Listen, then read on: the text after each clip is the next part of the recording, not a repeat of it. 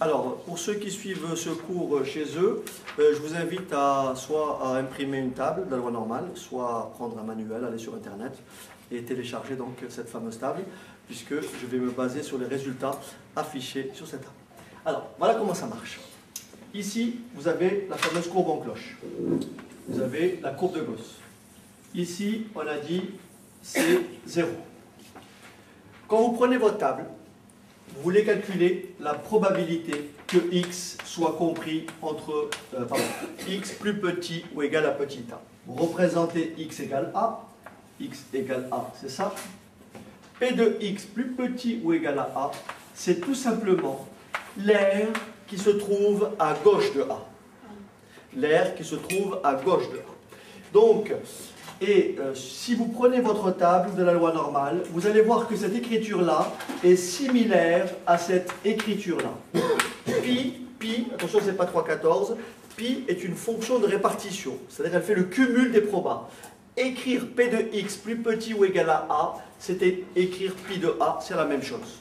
Quand vous écrivez P de x plus petit ou égal à a, c'est égal à pi de a, est-ce que vous êtes d'accord avec moi que P de x, on l'a dit tout à l'heure, P de x strictement plus petit que a, est-ce qu'il y a une différence entre P de x strictement plus petit que a et P de x plus petit ou égal à a? La réponse est forcément non. La réponse est non pour quelle raison? La réponse est non pour quelle raison? On a expliqué précédemment, je ne l'ai pas développé, je n'ai pas enregistré la séquence, mais je le rappelle, la probabilité que x égale à un nombre dans le cas d'une variable aléatoire continue, c'est toujours combien? 0. Et comme c'est toujours 0, donc que l'on mette le sens strict ou le sens large, la probabilité dans le cas d'une loi normale ne change pas. Par contre, il faut respecter l'énoncé.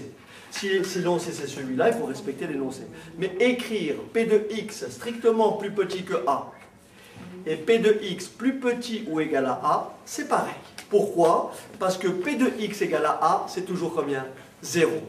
Alors maintenant, vous allez prendre votre table et vous allez me dire combien vous lisez à P de t plus petit ou égal à 1,2. C'est-à-dire pi de 1,2. Comment je lis pi de 1,2? Je place en vertical, je lis la valeur de t. Vous repérez la valeur de t. Et là, j'ai directement 1,2. Et vous devez lire pi de 1,2 égale 0,88. Attention, 0,88 49. On est d'accord?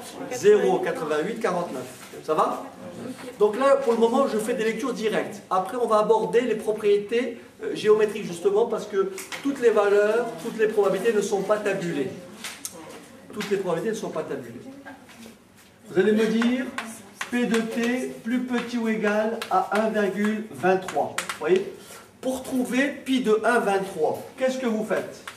Vous repérez d'abord 1,2.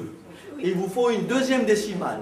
La deuxième décimale, vous la cherchez à l'horizontale. Et donc vous lisez 1,23, 0, 89, 0,7. D'accord? Donc pi de 1,23, 0,89, 0,7. Vous m'arrêtez si vous n'avez pas compris. Donc là, c'est une lecture directe.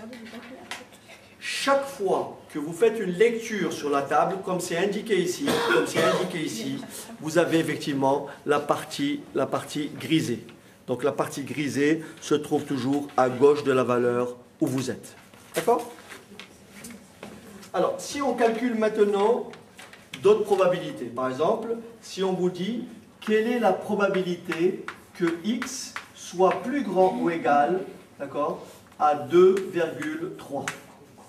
Qu'est-ce que ça veut dire P de x plus grand ou égal à 2,3? Ça veut dire l'air qui se trouve de quel côté? À droite de 2,3. Donc si je représente ça, voilà ce que représenterait la fonction.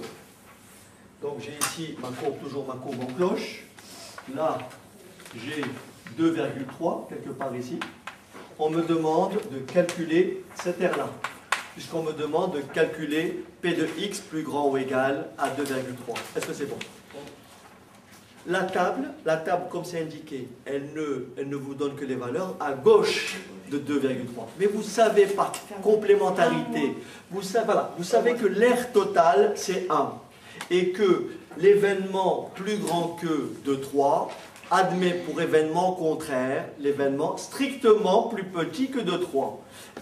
Vous avez donc à écrire P de x plus grand ou égal à 2,3 est tout simplement égal à combien? 1 moins P de x strictement plus petit que de 3. Puisque l'événement contraire de plus grand que, c'est plus petit que. Et comment on écrit très simplement P de x strictement plus petit que 2,3? 1 moins pi de 2,3. Pardon. On prend sa table et on lit donc 1 moins 0,98 93. Bien sûr, je vous laisse faire le calcul. 0,0107. Alors, nous dit-on 0,0107. Voilà le résultat pour P de x plus grand que 2,3. Alors, deuxième cas, qui n'est pas donc forcément dans la table, c'est lorsqu'on vous demande de calculer la probabilité que x soit plus petit, par exemple, que moins 1,4. Voyez ? Il n'y a pas de valeur négative de t dans la table. Il n'y a pas de valeur négative de t. Je fais un tout petit schéma pour vous montrer comment ça marche. Là, j'ai 0. D'accord? Là, j'ai moins 1,4. Moins 1,4. Là, j'ai forcément par symétrie combien de l'autre côté? Plus 1,4. Est-ce qu'on est d'accord que, en vertu de la symétrie, l'aire à gauche de moins 1,4 est nécessairement égale à l'aire à droite de plus 1,4? Est-ce que vous me suivez? Donc, ce que je peux écrire, c'est que P de x plus petit ou égal à moins 1,4 est égal à P de x plus grand ou égal à 1,4. Mais c'est quoi l'aire à droite de 1,4? Je l'ai fait tout à l'heure. C'est 1 moins P de x strictement plus petit que 1,4. Et comment on peut écrire P de x plus petit que moins 1,4? Pi de moins 1,4. Donc pi de moins 1,4 est tout simplement égal à 1 moins pi de plus 1,4. Pi de moins 1,4, c'est tout simplement égal à pi de plus 1,4. Donc en général, ce qu'il faut retenir, pi de moins a, c'est toujours égal à 1 moins pi de plus a. D'accord? Bien sûr, on fait le calcul ici. Alors, quand j'ai pris la variable aléatoire grand X, j'ai bien sûr supposé que grand X suit la loi normale, centrée, réduite. C'est la loi normale de paramètres combien? 0, 1. J'aurais dû prendre la variable t comme je l'avais indiqué précédemment. Bon, j'ai gardé x, mais je suppose que x, bien sûr, suit la loi normale de paramètre 0, 1, donc loi normale centrée réduite. Il ne vous reste plus qu'à prendre la table et à lire 1,4.